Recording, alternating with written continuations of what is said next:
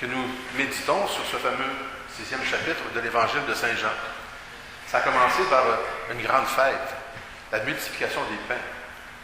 Et le Seigneur a voulu donner ensuite à ceux qui l'avaient suivi le sens profond de son geste, ce signe qu'il a fait, d'un autre pain qui n'est pas le pain de la table, le pain qu'on va gagner, une fois à la sueur de son front. Il y a un autre pain qui vient du ciel. Là, ça commence à poser des questions. Mais là, aujourd'hui, là, on est vraiment au cœur de la discussion. Le Seigneur va dire, celui qui mange ma chair et boit mon sang. C'est sûr que ça heurte les gens de son époque. Je pense bien que ça peut nous heurter aussi si on ne comprend pas le sens profond que cette expression peut avoir.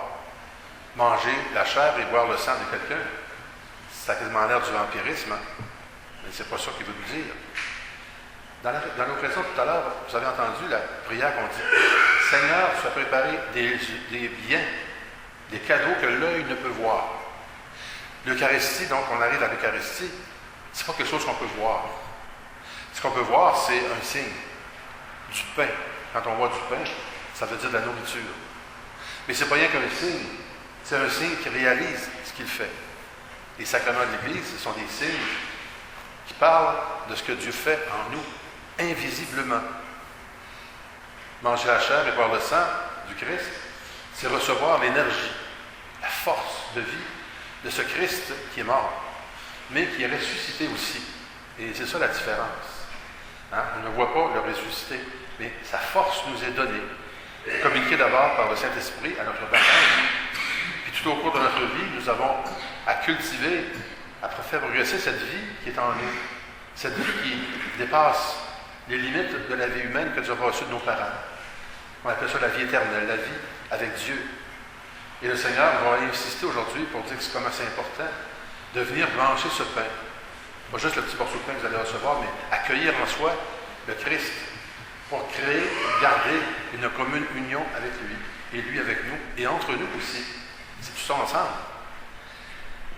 Il y a quelques années, ça fait pas mal d'années que j'étais enfant, et puis ma grand-mère avait un frère qu'elle n'avait pas vu depuis des années. Dans ce temps-là, on n'avait pas tout comme aujourd'hui pour se promener et voyager. Il était en Abitibi, mon oncle Joseph, on appelait mon oncle Joe. Il ne s'était pas vu à peu près depuis 20 ans. Il se parlait, il se téléphonait, il s'en écrivait, mais il ne s'était pas touché, il ne s'était pas vu. Et je me rappellerai toujours, quand j'étais tout jeune, et pour un enfant de 8 ans, 20 ans, ça fait longtemps, ça fait très long. Je me rappelle comme ils sont sautés d'un bras, qu'ils étaient heureux de se retrouver. Pas juste de se parler, de s'imaginer, de se toucher. Je pense que c'est de cet ordre-là, les sacrements. Dieu qui a choisi des moyens humains pour nous toucher, pour nous garder en lien avec lui. Pas juste dans notre pensée, j'imagine. Il est vraiment présent. Pas physiquement, mais spirituellement, sacramentellement, dans les sacrements, et particulièrement dans l'Eucharistie. C'est pour ça que c'est important, ce geste que nous posons, plusieurs d'entre nous, le dimanche, parfois d'autres pour des grandes fêtes, l'Eucharistie. Garder le lien, la commune union avec le Seigneur. La cultiver, cette communion, comme on fait entre nous. Quand on prend plus le temps de se parler, des fois on se parle juste par des machines, mais on a besoin à un moment donné de s'asseoir face à face. Les amoureux, je ne connais pas ça, mais j'ai beau faire un peu, là, une petite chandelle entre les deux. On se parle, yeux dans les yeux, cœur à cœur. On garde la communion d'amour entre nous. On entretient les liens. On fait ça aussi les familles. Je connais des familles qui aiment ça, se réunir, se parler, fêter. Il arrive des noces, il y a eu des belles noces, le monde est en fête, ça. On a besoin de se retrouver pour créer et recréer constamment la communion entre nous. C'est la même chose. Le Christ a respecté ce besoin humain que nous avons d'être en commune union avec lui. Alors aujourd'hui, c'est le temps de méditer là-dessus. Quand je viens communier, comment je communie? Je reçois le Christ, le corps du Christ. C'est sérieux ce que le prêtre ou le ministre vous dit. On est supposé de répondre Amen. Il y a des gens très polis qui nous disent Merci. C'est bien beau, c'est bien gentil. Mais Amen, ça veut dire au-delà de l'apparence. Je crois que quelqu'un qui spirituellement, sacramentellement, vient me donner cette force du ressuscité, le Christ lui-même, qui entretient en moi cette vie qui, de plus en plus, va m'amener vers la vie éternelle. Elle est commencée, elle va prendre tout son envol lorsque nous entrerons chez Dieu. C'est important, déjà, qu'on peut le dire. Et il y a quelqu'un qui aimait qui peut menacer de l'habitude, c'est bien les curés. Hier, j'ai célébré 3 messes, puis 2 aujourd'hui. On peut s'habituer, mais il ne faudra jamais s'habituer à ces belles choses, ces bonnes choses. Le Christ, il vient en nous pour nous dire, je t'aime, tu es important pour moi. Tu es important pour le Père. Je veux établir entre toi et moi un lien d'amour. De même que le Père qui est vivant. Dieu, le Père, est vivant. Ce n'est pas une idée, ce n'est pas un principe, c'est quelqu'un qui est vivant, m'a envoyé Jésus et que je vis par le Père. La vie de Jésus, c'est cette amitié avec le Père.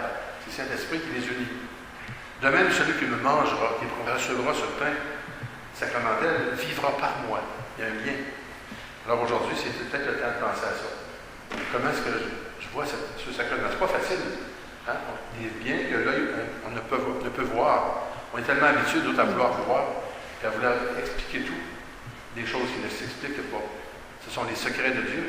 Mais Dieu, il prend soin de nous redire que c'est important que nous gardions ce lien avec lui dans l'Eucharistie. Le mot Eucharistie veut dire rendre grâce. Merci Seigneur de nous redire aujourd'hui comment tu tiens à chacun et chacune de nous. Comment tu tiens à ce que nous soyons en communion avec toi, et nous avec toi et avec les autres. Que ce pain que nous allons partager et célébrer dans un instant nous donne cette force de continuer de croire à la vie. Saint Paul disait alors, les temps sont durs. On dit ça des fois au Québec, quand les temps sont durs. On rencontre parfois des difficultés, des épreuves. Notre foi est beaucoup questionnée ces temps-ci. On a besoin de quelqu'un en dedans pour nous donner des forces, du courage, de la fidélité, de la persévérance.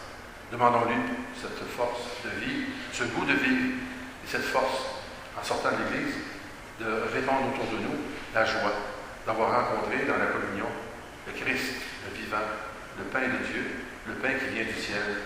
Amen.